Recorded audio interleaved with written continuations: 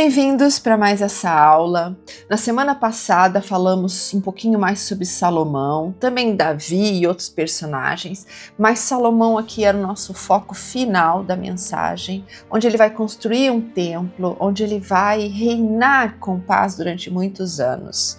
Também falamos sobre que o reino davídico ficaria entre a sua família e Roboão, seu filho, vai ser seu sucessor. Então a história de hoje, na realidade, vai se tratar de uma palavrinha que eu quero chamar sua atenção.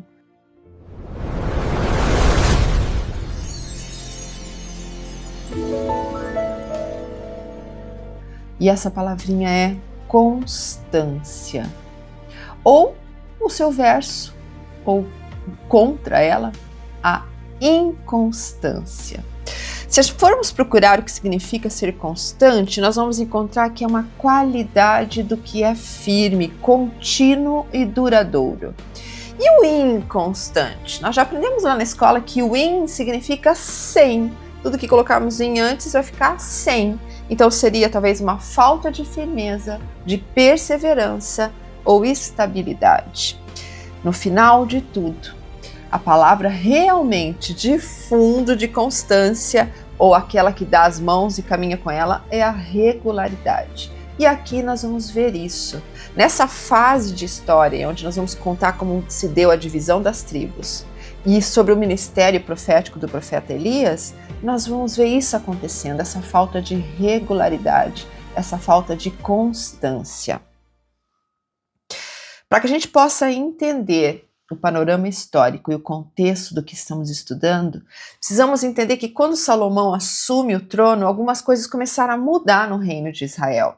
E ele tinha um reino gigantesco. Davi já tinha conquistado todas as terras de que Josué disse que deveriam ser conquistadas e que na época de Josué não foi possível. Davi agora tem conquistado e a Salomão cabe consolidar essas conquistas. Então não só eles tinham expulsado os cananeus, tornado vassalos muitas das nações em volta, como Moabe, filisteus, sírios.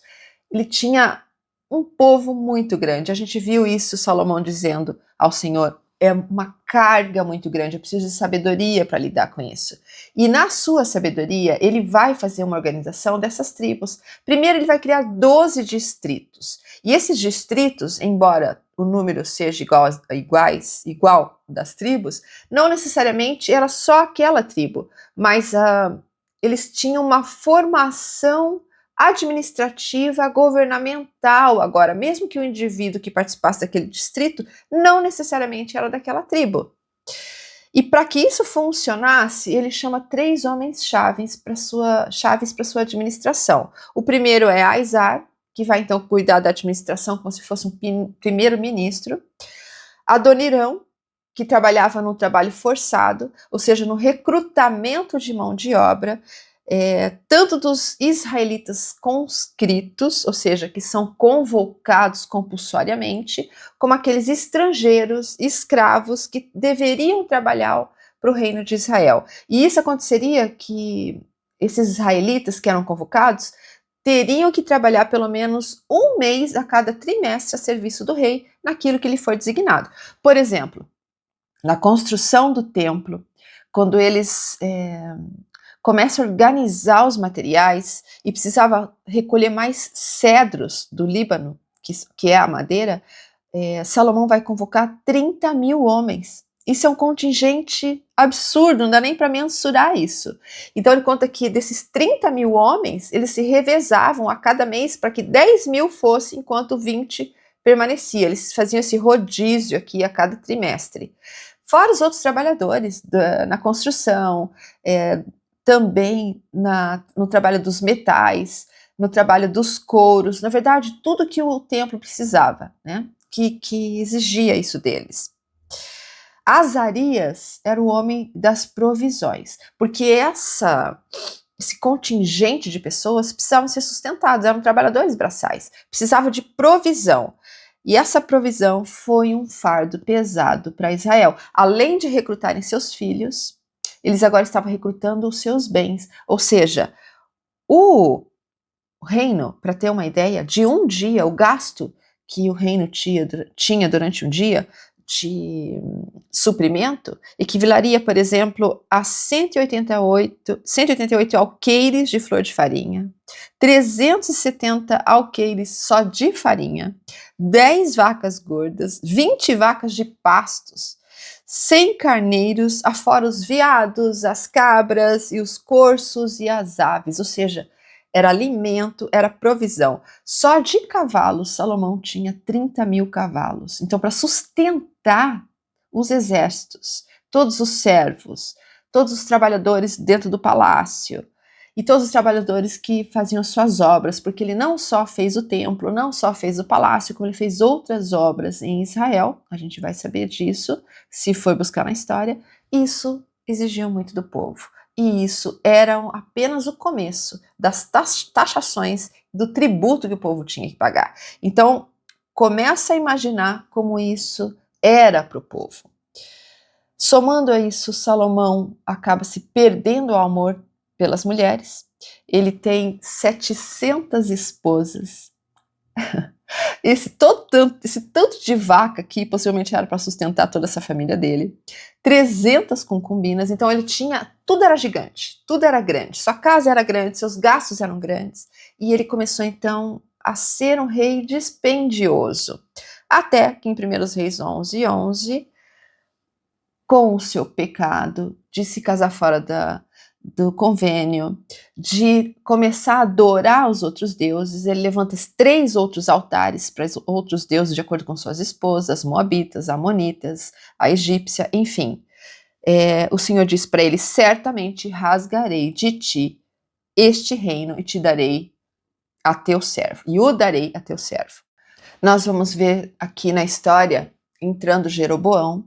Jeroboão, ele era um dos soldados de Salomão, trabalhou nos exércitos com ele, e Salomão, vendo como ele era trabalhador, forte e tinha uma influência sobre o povo, nomeia para que ele seja um governador desses distritos, de um desses 12 distritos que ele cria.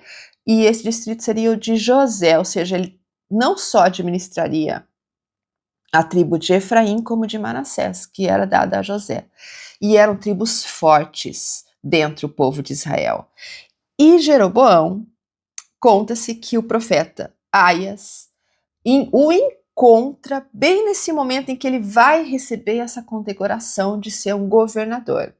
Diz que rasga a capa e dá 10 pedaços para ele, e toma os outros 2 e diz: esses pedaços serão as tribos de Israel da qual você vai governar daqui em diante. E os outros 2 vai pertencer então à casa de Davi. Esses outros 2 seriam a tribo de Judá e a de Benjamim, que sempre estaria junto ali com Judá. Isso a gente vai ver sempre ao longo da história. E Jeroboão, se sentindo confiante com isso, guardou isso no seu coração e começou a ser um opositor a Salomão, a ser um crítico de Salomão, de todos esses impostos, de toda essa taxação, de toda essa convocação de trabalho forçado, e começou a falar, e Salomão vê nele um perigo e começa a persegui-lo de morte, até que Jeroboão vai e foge para o Egito e fica lá até que Salomão venha a falecer.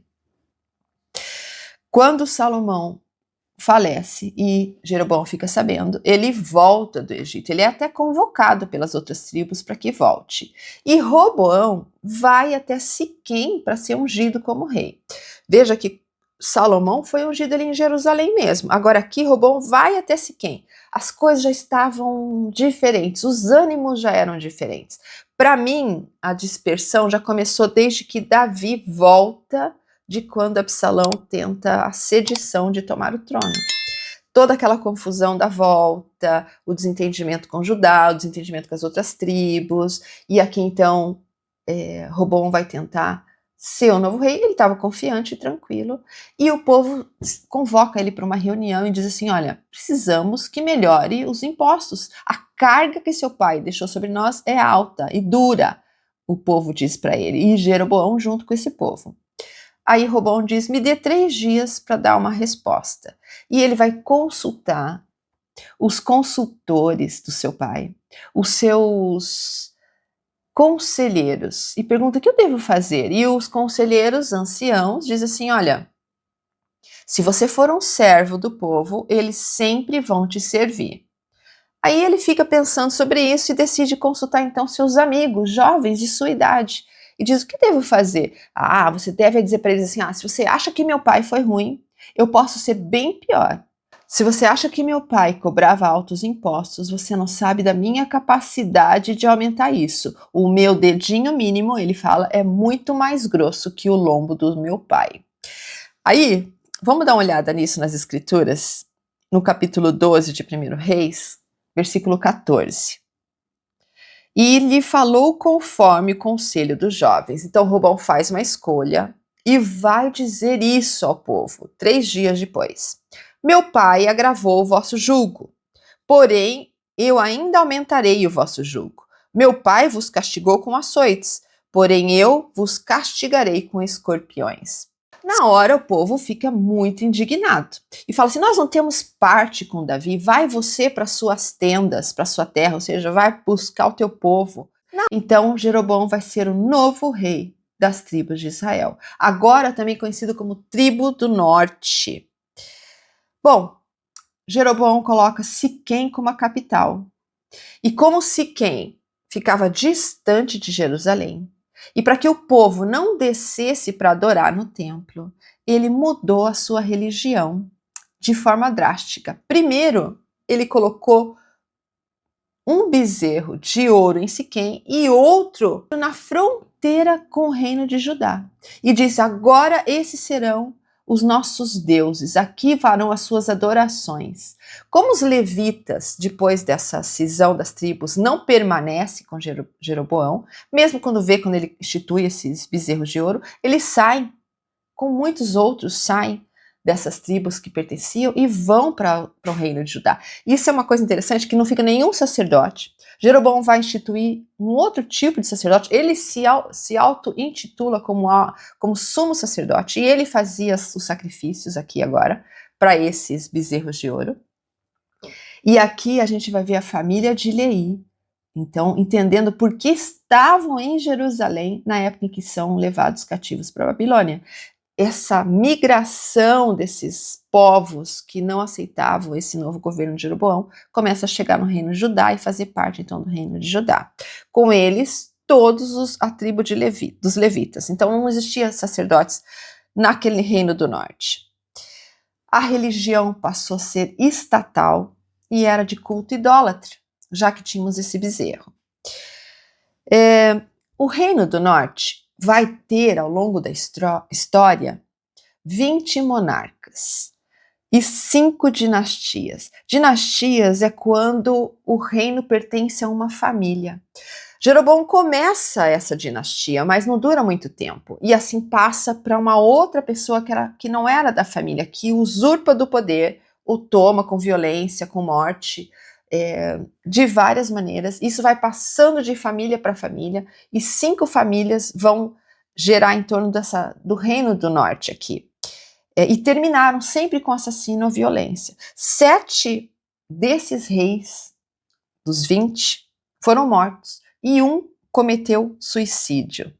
O reino de Judá entra numa crise econômica. Não é difícil de imaginar isso, porque eles perderam toda a tributação do reino do norte, do povo de Israel, das 10 tribos. Tudo aquilo que vinha das 10 tribos não existia mais. Eles tiveram que lidar por conta própria. Roboão não foi um bom rei. Pecou muito, em vários sentidos, até ponto que os egípcios tomam Jerusalém, leva grande parte do tesouro do templo embora, relíquias antiguíssimas que Davi tinha conquistado nas suas guerras. É uma coisa triste aqui. Ele até refaz algumas coisas, mas não volta mais a ser como o templo era, grandioso e com toda a riqueza que ele tinha. Já em Judá, 20 soberanos vão reinar em Judá, desde a morte de Salomão, até a queda de Jerusalém e os cativos que vão para a Babilônia. 12 deles, descritos nas escrituras, foram iníquos e maus, e 4 apenas fizeram a nação progredir econômica e espiritualmente. Então, esse é o cenário que a gente vê acontecendo aqui após a morte de Salomão. Por que o reino dividido caiu? Por que que eles tiveram essa situação acontecendo da idolatria, de perda de poder, de ser devastado pelos seus inimigos, de ver os reis sendo mortos, perseguidos, essa situação? O que tornava o caso desses reis ainda pior é que aceitar o trono de Israel, de Judá, significava aceitar uma posição de arbítrio e confiança, ou seja, a eles era dada uma responsabilidade de julgamento e de confiança. Eles representavam Jeová nessa posição de rei. O rei terreno deveria ser essa corporificação de Cristo, ou do reino celeste, e deveria aceitar essa responsabilidade de levar o povo a obedecer esse rei celeste e de punir todos os que desobedecessem. Mas não foi bem assim que aconteceu. Deu-se apostasia e os reis então deixaram de ser escolhidos por revelação e ungidos por profetas, e por isso não é de surpreender que os soberanos de ambos os reinos conduzissem o povo para um rumo exatamente oposto do caminho de Deus, do que era esperado. Então, qual foi a causa da queda desses reinos? Não teria sido a inconstância? Ou a falta de constância? Ou a falta de regularidade? O que os levou à desobediência? Israel não confiou mais no mundo, trabalhando mais arduamente para conseguir suas recompensas do que no Senhor, esforçando-se para obter as recompensas dele? Ou seja, esse povo de Israel aqui não dava muito mais valor ao que os homens pensavam do que a Deus? Enquanto os reis de Israel e alguns do reino de Judá foram inconstantes, queremos trazer um contraponto aqui com o ministério do profeta Elias, aquele que foi constante. E afinal, quem foi Elias? É impressionante a forma como esse homem de Deus entra na história do nada. Não tem nada dizendo diz de onde ele é. Não vou ter que dar a honra aqui. Mas não é totalmente fora do contexto a forma como ele entra. Olha só o que está acontecendo. Honre toma o poder. Como eu já disse, ele era um capitão dos exércitos de Elá, que havia sido morto por Zinri. Ali no capítulo 16, versículo 25. E fez Honre o que parecia mal aos olhos do Senhor, e fez pior do que todos quanto antes foram antes dele. Honre, ele vai não só manter Siquém como capital, mas vai criar uma outra capital para o reino do norte, que seria Samaria. Ele compra as terras de Samaria e constrói ali uma grande capital. Na verdade, aumenta muito aquela cidade, ela fica extremamente conhecida no Egito, na Fenícia, entre os assírios, ele fica conhecido. O seu filho, Acabe, não só foi idólatra, como também tomou como mulher Jezabel. Jezabel era filha do rei Sidônio e ela era uma alta sacerdotisa de Baal. Quando eles se casam, ela traz toda essa cultura da família. O avô dela tomou o poder do irmão, matando o irmão que era rei. O pai era assim, um entusiasta como seguidor de Baal. E ele sacrificou muitos dos filhos mesmo ao deus de Baal. E ela foi uma das que poderia ter sido sacrificada. Então ela era uma alta sacerdotisa, ela acreditava muito. Quando ela vai para o reino do norte, para Israel, e se casa com Acabe, ela leva junto 850 sacerdotes, 450 aos deus de Baal e 400 sacerdotisa a deusa Acerote. E esses 850 sacerdotes comiam na sua mesa. Ela sustentava esse povo. E não só isso, como ela instituiu que a religião estatal, que significava que agora a religião que era imposta para os israelitas viverem, seria adoração ao deus Baal e Asterote. Então ela começa a matar e perseguir todos os profetas de Israel. Então ela era uma figura que icônica das mulheres, porque quase a gente não vê sobre as mulheres nas escrituras, não se fala muito sobre mulheres, mas aqui ela até é uma personificação feminina de Satanás, ou de uma prostituta de toda a terra, como a gente ouve das escrituras, seria Jezabel. Até mais tarde nas escrituras a gente vai dizer assim, você é filha de Jezabel, é como se fosse uma Jezabel, ela fica famosa por essa postura de perseguição a Deus. Ela afrontava o Deus de Israel com sua cultura, com seus deuses. No capítulo 17, versículo 1, fala assim: então Elias, o tesbita, dos moradores de Gileade, e aqui diz de onde ele veio, disse a Acabe: vive o Senhor Deus de Israel, perante cuja face estou, que nestes anos nem orvalho, nem chuva haverá, senão segundo a minha palavra. Do nada, eu imagino a cena, Acabe no seu palácio, com a sua rainha do lado, governando e julgando, e de repente entra Elias e diz assim, ó: vive o Senhor Deus de Israel, que perante a sua face eu estou, que nesses anos nem orvalho, nem chuva haverá de cair. Ele fala isso, vira as costas e vai embora. Na hora eu fico imaginando Acabe, como? Quem é esse homem? Quem é ele? E diz que Acabe tenta perseguir Elias por tudo. Ele tenta encontrar Elias por tudo. Ele queria saber o que era isso.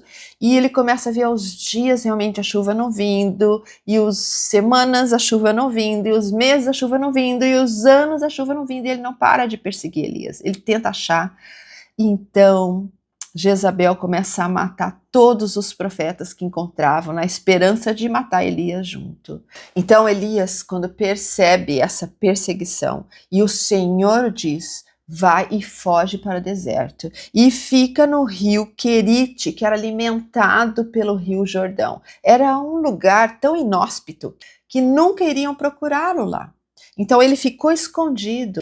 Os corvos o alimentavam, traziam de dia pão e à noite, na tarde, a carne. É assim, e ele bebia do rio. E ele ficou lá durante muito tempo, até que o rio secou. Ou seja, eu fico imaginando que Elias ficou nessa condição de solidão, de precariedade, dormindo no relento, angustiado, sabendo que era perseguido, não podendo falar com ninguém.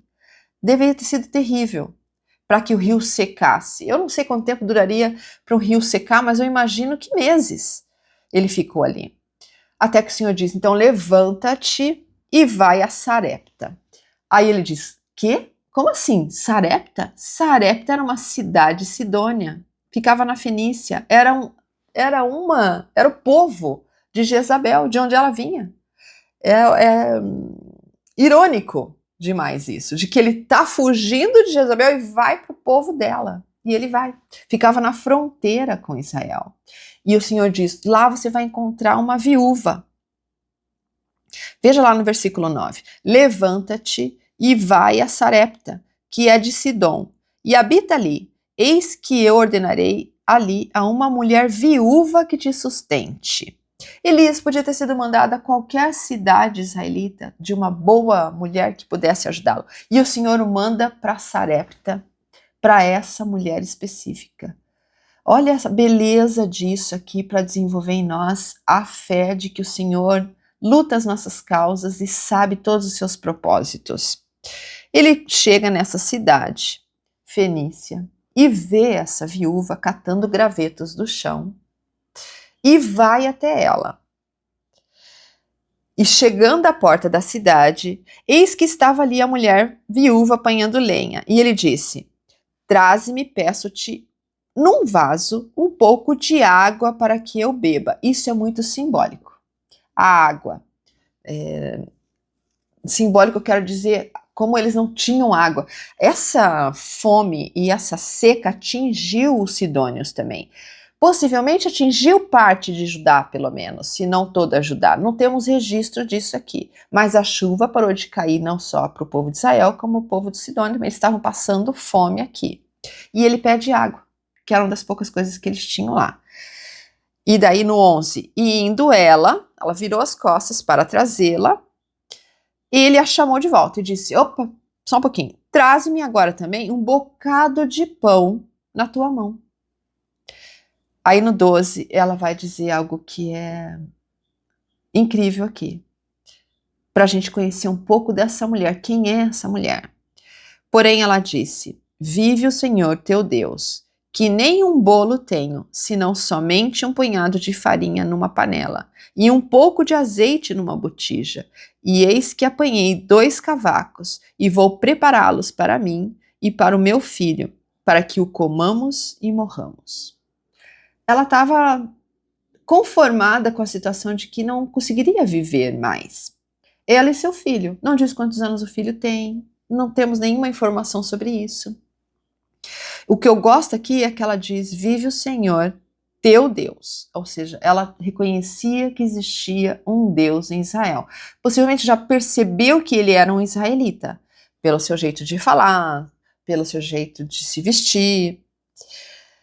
O elder Lynn Robbins, dos 70, disse o seguinte: um punhado de farinha é bem pouco mesmo. Talvez só o bastante para uma porção, o que torna a resposta de Elias curiosa. E Elias disse: não temas, vai e faze conforme a tua palavra. Porém, faze dele primeiro para mim um bolo pequeno. Elias entendia a doutrina de que somos abençoados depois da prova de nossa fé. Ele não foi egoísta.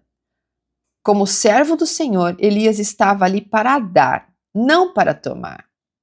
E Elias vai dizer isso mesmo, olha ali no versículo 13. Não temas, vai, faze conforme a tua palavra. Ou seja, vai lá e prepara esses cavacos aí. Porém, faze dele primeiro para mim um bolo pequeno, desse restante de farinha que se diz que tem lá, e traz-mo para fora. Depois farás para ti e para teu filho. Qual é a mãe que deixaria de alimentar o filho, sabendo que a farinha não dava para todo mundo, para alimentar um estranho, que claro que tudo bem que a cultura dizia que você tinha que receber e tratar bem os estranhos, e dar de comer, e dar onde dormir. Isso era culturalmente, não só em Israel, como as outras culturas também, mas ela não tiraria do próprio filho. E Elias pede isso a ela. E no 14, porque assim diz o Senhor de Israel. Ele se declara e ela já percebeu que ele era um profeta. A farinha da panela não se acabará e o azeite da botija não faltará até o dia em que o Senhor dê chuva sobre a terra. E aí no 15, qual vai ser a reação dela? E foi ela e fez conforme a palavra de Elias. E assim ela e ele e a sua casa comeram muitos dias. É incrível a fé que ela teve de obedecer à ordem de Elias. Porque ela poderia simplesmente dizer: não, primeiro aqui eu vou tratar da minha família, que é meu filho e eu. Ela fez o pão que Elias pediu. E quando ela fez o que Elias pediu, ela cumpre com o padrão de receber um testemunho ou receber uma bênção, que é dar uma prova da nossa fé. Quando damos um passo no escuro, o Senhor fornece a luz. É essa a condição para recebermos um testemunho, para recebermos uma bênção, é provarmos que confiamos inteiramente no Senhor. E a farinha não faltou a essa mulher. E Elias morou com ela durante algum tempo, eu não sei quanto tempo.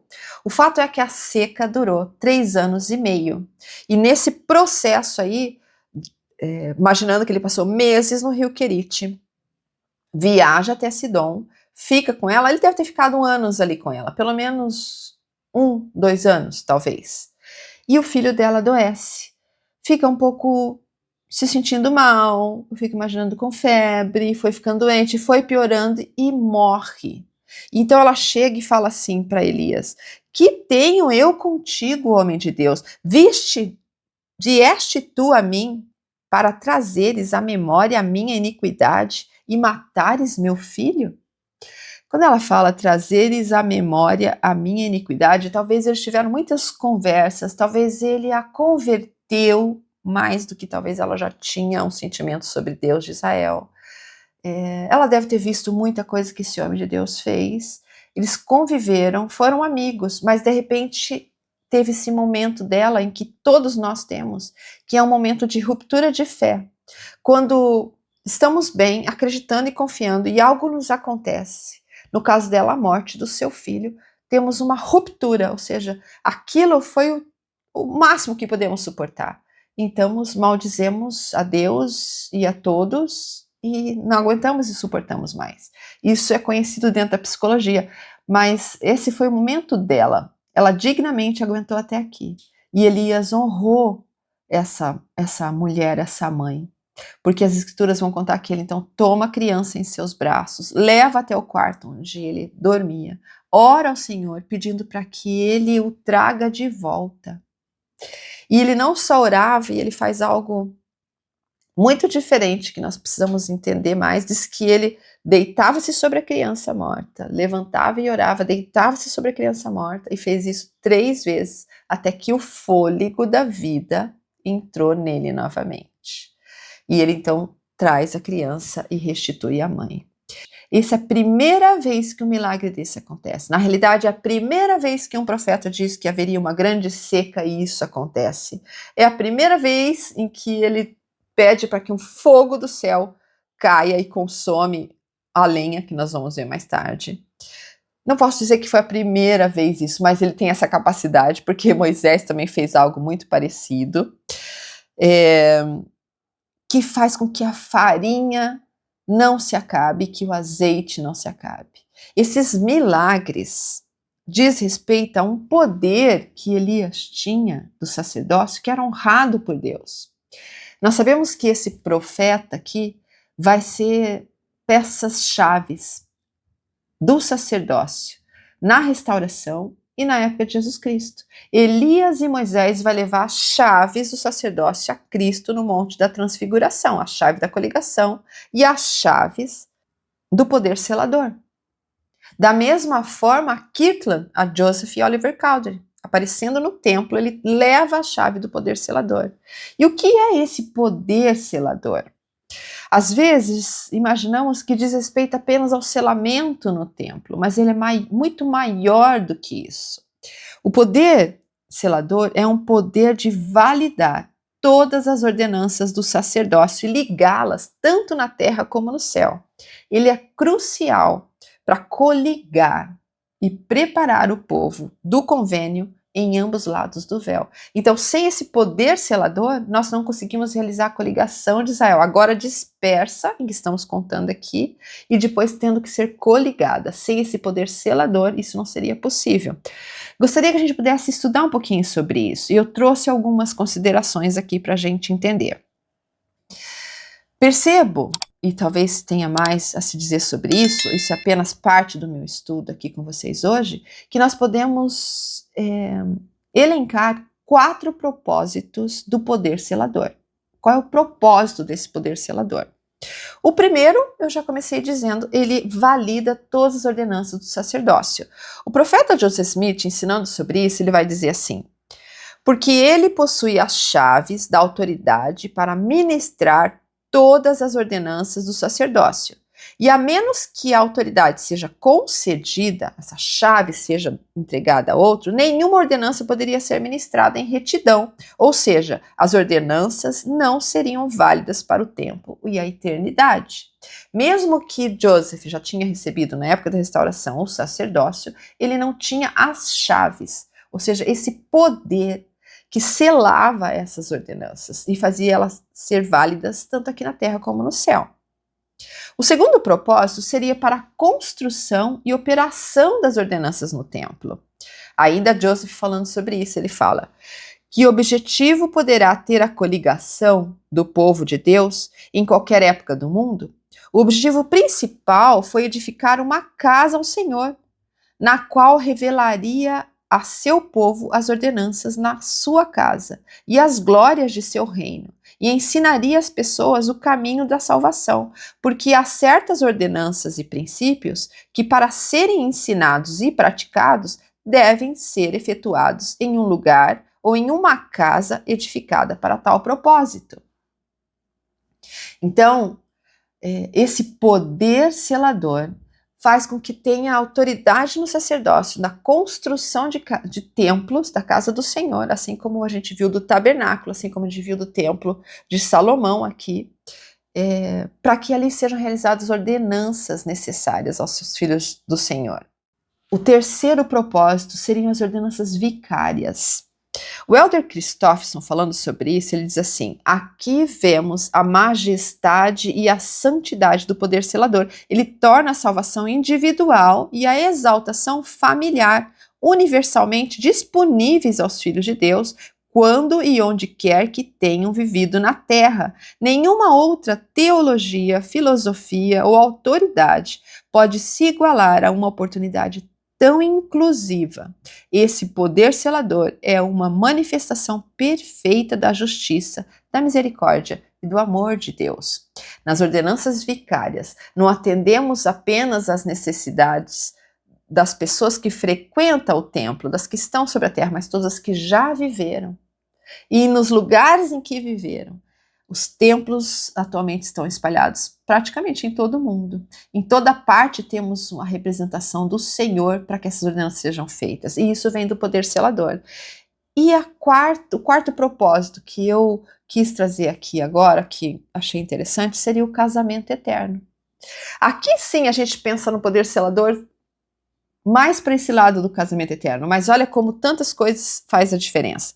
O presidente Hinckley disse em certa ocasião: já disse muitas vezes que se nada mais resultar da tristeza, dor e labuta da restauração, além do poder do santo sacerdócio de unir as famílias para sempre, ainda assim terá valido a pena todo o esforço.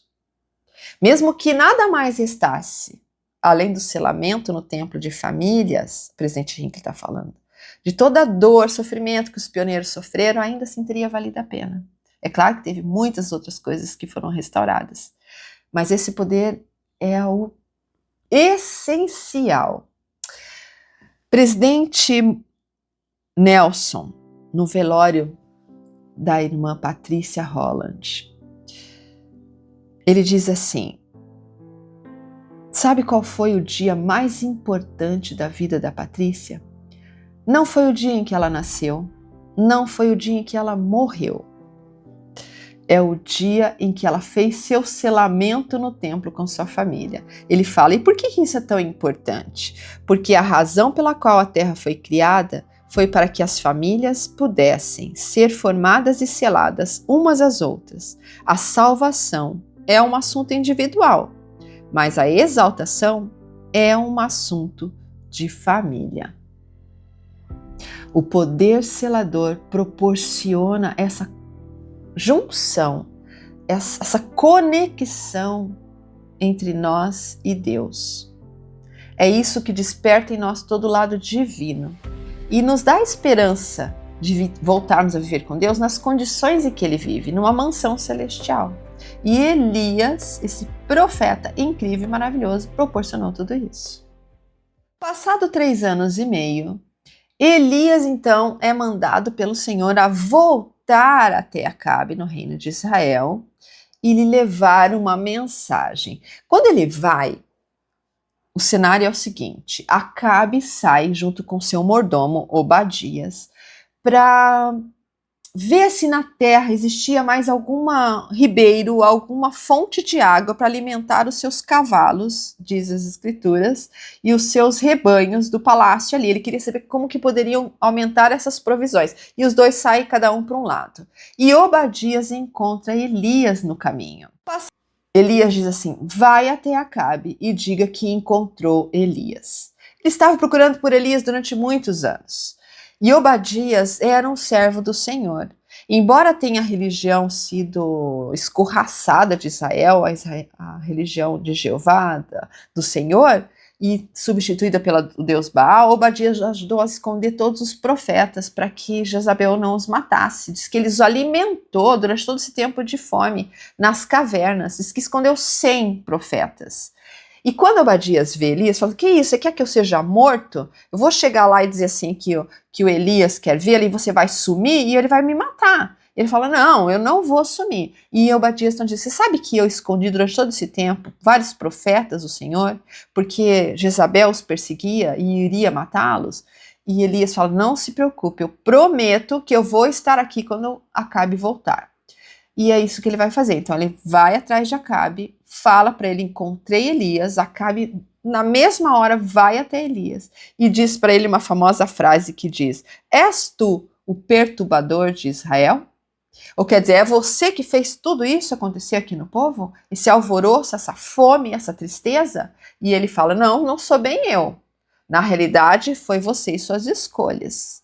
Mas agora eu quero que reúna todo o povo e todos os sacerdotes, os 850 sacerdotes que comem na sua casa, na sua mesa, no Monte Carmelo. E nesse encontro, então, no capítulo 18, versículo 21, diz assim: então Elias se chegou a todo o povo e disse: até quando cocheareis entre dois pensamentos? Se o Senhor é Deus, seguiu, e se Baal, seguiu. Porém o povo não lhe respondeu nada. Essa é uma famosa frase, é uma escritura-chave aqui, que diz: se o Senhor é Deus, seguiu. Porque fica cocheando em dois pensamentos. Esse cochear diz respeito a um andar duvidoso, a um andar meio manco, em que cai um pouco para cá e que cai um pouco para lá. E assim era o povo, porque eles não deixaram totalmente de adorar a Deus de Israel, ao mesmo tempo que adoravam também um pouco os altares de Baal e Asterote. Então, eles ficavam entre isso e aquilo, tentando permanecer com as duas posições. E aqui Elias diz: não tem como. Você escolhe ou adora Deus ou adora Asterote ou Baal. Era uma mensagem também para Acabe, porque Acabe, embora tinha sua esposa idólatra, ele ainda acreditava um pouco no Deus de Israel. E o que vai acontecer? Ele vai propor o seguinte: traga 2 bezerros, um para mim e outro para os sacerdotes de Baal. Ele convocou os 850, mas as escrituras dizem que apenas 450 dos sacerdotes de Baal estiveram presentes nessa situação aqui. As 400 sacerdotisas da Asterote ficou lá com Jezabel no palácio, não vieram. E ele diz assim: esse bezerro aqui vocês vão preparar para o deus Baal um sacrifício, vai cortar em pedaços, vai colocar sobre a lenha e o fogo tem que vir do céu pelo deus Baal. Pode começar. E diz que os sacerdotes então vieram bem cedo, arrumaram as lenhas, cortaram o bezerro e começaram suas orações. Ó Baal, manda-nos um raio, o fogo que acenda essas lenhas.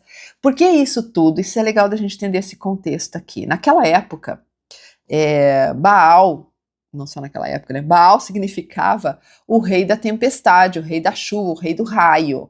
Era o deus do raio. Então, eles esperavam isso, e nas suas cerimônias, os estudiosos contam que eles faziam uma base de altar e embaixo, sem que ninguém visse, num lugar subterrâneo, eles colocavam fogo como se tivesse sido do nada que surgisse. E aqui não tinha como fazer isso, eles estavam no Monte Carmelo. Era de propósito que Elias o leva lá. Elias quer desmascará-los, porque sabia que nenhum Deus seria tão forte e potente quanto o Deus de Israel para fazer isso. Então ele queria desmascará-lo. E desde manhã, chegou meio-dia e nada acontecia. Nada acontecia de acender essas lenhas. Até aqui no versículo 27, Elias começou a zombar dos sacerdotes e dizia assim: clamar em alta voz, ou seja, faz mais alto aí essa aclamação, porque ele é um Deus. Pode ser que esteja falando ou que tenha alguma coisa que fazer, ou que intente alguma viagem, porventura dorme e despertará. Elias abusadamente debochou, escancaradamente na cara dos sacerdotes essa situação. Eles clamaram o dia inteiro. No final da tarde, começaram então a se mutilar, que era isso que eles faziam com lanças, com chicotes, que fazia parte do seu ritual, e nada de se acender a pira, ou seja, a lenha do sacrifício.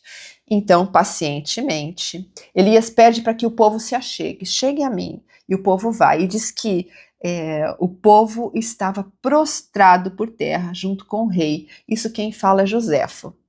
E ele então arma um altar, ele restitui um altar que antes existia ali no Monte Carmelo e põe 12 pedras representando as tribos, coloca as lenhas, coloca a carne do sacrifício e ele faz um fosso em volta do altar e pede para que os servos tragam 4 cântaros, 4 vasos grandes de água, que tinham mais ou menos uns 4,5 litros, 5 litros de água, e joguem esses cântaros em cima da lenha. Aí eles fazem isso, traz os 4 cântaros e joga. Olha a situação aqui. A água era um bem raro. Eles economizavam água para tudo, não tinha água. E eles estavam ali jogando água e molhando. E daí, mais uma vez, eles molham de novo. Mais uma vez, eles fazem isso por 3 vezes.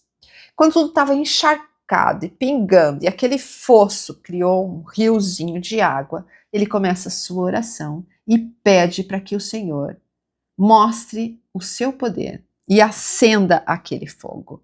E o fogo vem não como um raio, era um fogo mesmo, diz as Escrituras, que desce do céu com todo o seu poder e de uma vez só queima toda a carne, toda a lenha, todas as pedras e o fosso se torna em lama seca na hora. E quando o povo vê aquilo, eles dizem: é o Deus de Israel. É o Deus de Israel. E repetiam isso. E os sacerdotes de Baal começaram a correr e sumir. Então Elias diz: vão atrás e pegue os sacerdotes. E o povo vai atrás. E descem, eu imagino, o Monte Carmelo, porque eles vão encontrar esses sacerdotes no rio Quisson. E ali Elias ordena que todos sejam mortos. E eles são mortos pelo povo e por Elias.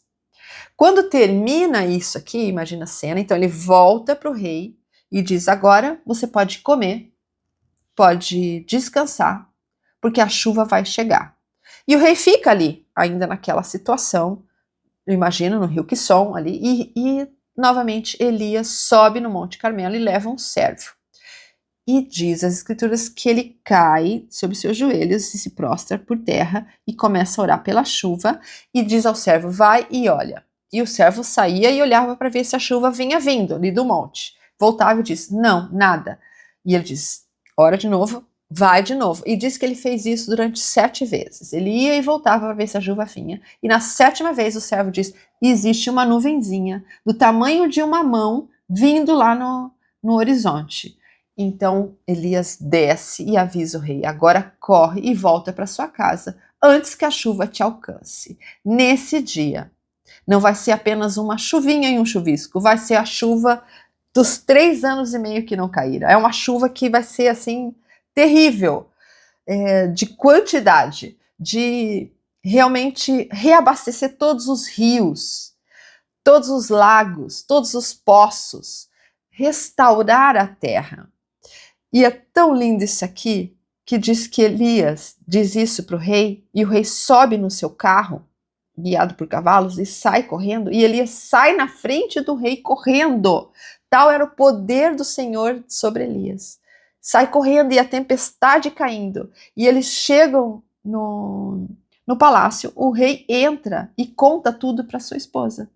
Aconteceu assim, e então Elias matou todos os sacerdotes de Baal, porque assim provou que Deus era verdadeiro. Jezabel, na mesma hora, fica arrasada, vai e escreve uma mensagem com o selo real, como se fosse o próprio rei, e manda para Elias dizendo assim: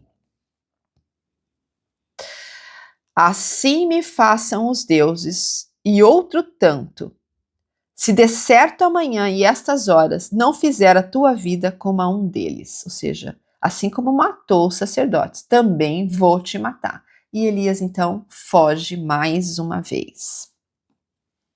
Essa situação de ter que se refugiar novamente deve ter sido uma coisa triste para Elias. Ele viaja por volta de 160 quilômetros.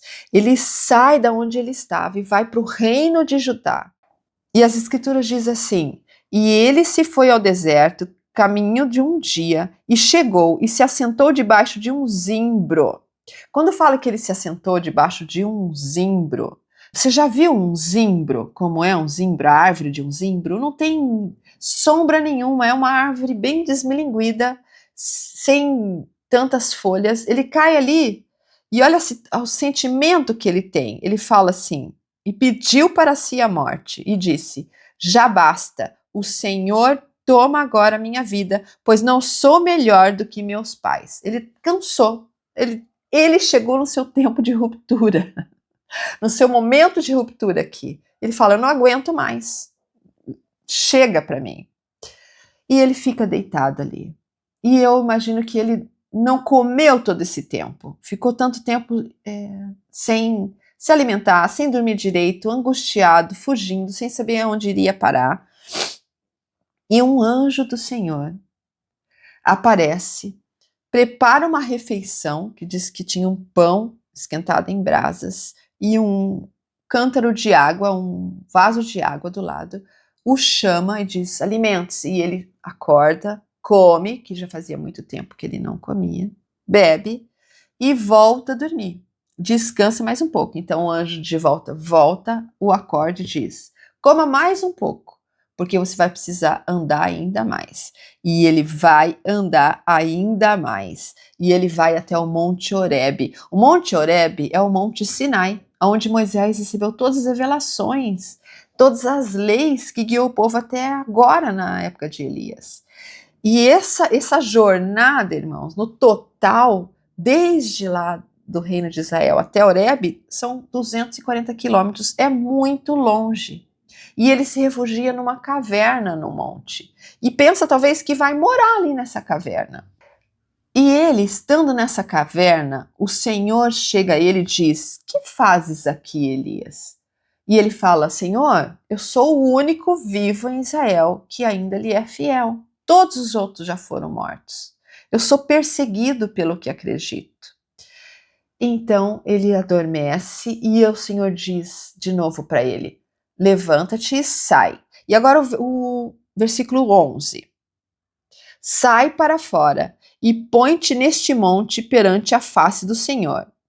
E eis que passava o Senhor, como também um grande e forte vento que fendia os montes e quebrava as penhas diante da face do Senhor. Porém o Senhor não estava no vento. E depois do vento, um terremoto. Também o Senhor não estava no terremoto. E depois do terremoto, um fogo. Porém também o Senhor não estava no fogo. E depois do fogo, uma voz mansa e delicada. Aqueles que ouvem a voz do Senhor sabem que ela não está no estrondo que fende os montes e as penhas. Tampouco no fogo, mas na voz mansa e delicada que fala ao coração do homem. Ouvindo essa voz mansa e delicada, Elias saiu para conversar com o Senhor, encorajado, voltou a pedido do Senhor para terminar sua missão. Como sucessor de Elias, foi escolhido Eliseu. Essa situação de não estar na tempestade, nos ventos que quebrava as árvores e tudo ao redor, que não estava no terremoto, que não estava no fogo, me lembra muito de Êxodo 19 e 20, onde o Senhor queria fazer um convênio com Israel e o chamou para fazer isso no Monte Sinai. Eles teriam a possibilidade de ver a Deus, lembra disso? E o barulho era tão alto e o fogo tão grande na montanha que o povo temeu. Elias vivenciou e experienciou aquilo que o povo viveu naquela época. Mas ele percebeu que o Senhor não estava nessas manifestações. Ele estava na voz mansa, na voz em que só aqueles que ouvem a voz do Senhor sabem como é. Que não é no estrondo, que não é nos montes queimando, é numa voz mansa que aquece o coração. Ele reconheceu a voz da revelação. E o Senhor diz então para Elias: vai, versículo 15, retorna pelo teu caminho para o deserto de Damasco, e vai e unge Azael, rei da Síria, e também Jeú, filho de Ninzi, e ungirás reis de Israel, e também Eliseu, filho de Zafate, de Abel-Meloá, e ungirás profeta em teu lugar. O Senhor revela para Elias que esses propósitos dele aqui de ungir o rei da Síria, Azael, e ungir a Jeú, que na época ninguém nem pensaria nisso, que Acabe ainda era o rei lá. Era tudo uma construção do Senhor para retomar a Israel aqui. E ele diz assim, e não fique desanimado, porque parece que todos estão contra você, mas em Israel existem pelo menos 7.000 de justos que ouvem a voz do Senhor. Então ele queria resgatar esses 7.000 ainda. E ele vai dizer, e escolhe Eliseu para ser profeta em seu lugar. Na verdade, ele vai colocar sua capa sobre Eliseu, e Eliseu vai tomar esse ministério de Elias. Mas isso a gente vai ver na próxima aula, e você não pode perder a próxima aula, porque vai estar incrível o desfecho de Elias aqui, desse ministério, desse profeta incrível. Quando Elias vê toda essa manifestação e fala com o Senhor e recebe essas ordens, prontamente ele obedece. Ele era o exemplo da constância. Embora tivesse tantas provações e desafios que deu vontade de desistir, largar tudo, ele se mantém firme, ele se mantém constante, perseverante, que é o significado de ser constante, que é ter regularidade de adoração. Ele vai adiante. Essa finalzinho dos capítulos aqui conta que ele vai ao rumo de ungir o rei da Síria e Jeú e encontra Eliseu, que arava a terra com seus bois. Ele nem fala nada para Eliseu, isso é impressionante. Ele simplesmente pega sua capa e coloca sobre os ombros de Eliseu, e Eliseu já entendeu. E ainda diz para ele, espera um pouquinho, eu tenho que ir agora? Dá para eu, pelo menos, me despedir da minha família? E dizer que eu estou indo com o Senhor? E Elias diz, faze como tu queres. E ele diz que mata aqueles bois mesmo, que ele estava arando a terra. Corta o arado em lenha e faz um grande assado, dá para todo o povo, se despede de todos e segue Elias. Que tipo de pessoa é Eliseu? É outro que nós vamos ver na próxima aula. É um perfil, queridos, que nós precisamos construir em nós, ou instilar em nós. Nós temos essa capacidade de sermos dessa feitura como Elias e Eliseu eram. De serem constantes, de amar o Senhor acima de tudo. Se o Senhor é Deus, segui-o. Essa é a mensagem principal dessa aula. Nos dias de hoje, Elias poderia dizer assim para nós, Deus, nosso Pai Celestial, existe ou não? Mas se existe, adorem-no. Se sabe que é Deus, adorem-no. Jesus Cristo é ou não Filho de Deus, o Redentor ressurreto da humanidade? Você já sabe disso, você viu isso. Mas se ele é, siga-no. Ele está nos chamando a reconhecer e assumir um compromisso. E de assumir esse compromisso com ele, com a verdade. Elder Christofferson, num discurso que eu recomendo muito, chamado Escolhas e Compromisso, de 2020, diz assim, no final, não existe caminho neutro, que não exija compromisso, pelo menos no que diz respeito às coisas com consequências eternas. A alma afirmou isso quando ensinou que Cristo, o bom pastor, nos chama para que o sigamos pelo caminho do discipulado e da felicidade. Eis que vos digo que o bom pastor vos chama, sim, em seu próprio nome vos chama, que é o nome de Cristo. E se não quereis dar ouvidos à voz do bom pastor, ao nome pelo qual sois chamados, eis que não sois as ovelhas do bom pastor. E agora, se não sois as ovelhas do bom pastor, de que rebanho sois? Eis que vos digo que o diabo é o vosso pastor, e pertenceis ao seu rebanho. E agora, quem pode negar isto? A alma ensina a realidade de que existem apenas duas opções, e que Cristo é a única boa alternativa. Se vocês não estiverem escolhendo a Cristo, estarão automaticamente seguindo um Deus falso, um caminho errôneo que vai acabar levando, no mínimo, a uma desilusão eterna. Portanto, a menos que sigam o Salvador, vocês o estarão rejeitando. Não existe terreno neutro nessa situação. Quando escolhemos a Deus, a Ele servimos. Quando acreditamos e confiamos em Cristo, a Ele seguimos. É fácil olhar para trás e perceber a tolice de Acabe, Jezabel e os israelitas volúveis. Mas e hoje? Os homens não continuam vacilando entre servir a Deus e servir o demônio? Não continuam querendo ouvir apenas coisas boas sobre suas decisões erradas? Não tendem a culpar os outros por seus problemas na vida? Ou será que aprenderão a verdade eterna que o homem colhe exatamente aquilo que semeou? Porque o que semeia na sua carne, da carne ceifará a corrupção, mas o que semeia no Espírito, do Espírito ceifará a vida eterna. E é sobre isso, a forma como escolhemos, se é a carne ou é o Espírito. Ora para que Deus coloque isso em seu coração hoje e que decidam a escolher e seguir a Deus, a serem constantes, a serem regulares nos seus convênios. No seu convênio batismal, fez um convênio de guardar os mandamentos e tomar sobre si o nome de Cristo, a estar todos os domingos nas reuniões sacramentais, servindo ao povo de Deus na igreja, a serem fiéis e leais aos convênios no templo, de frequentar o templo, de levar as ordenanças aos outros seus antepassados, de viver uma vida santa, irmãos, de proporcionar à sua família esse sentimento de confiança em Deus. Oro para que isso esteja hoje aí com vocês, assim como está agora no meu coração, o desejo de ser constante, como Elias foi. Amém? Está hoje aqui com vocês, compartilhando essas palavras com vocês e aguardo vocês na próxima semana. Até lá!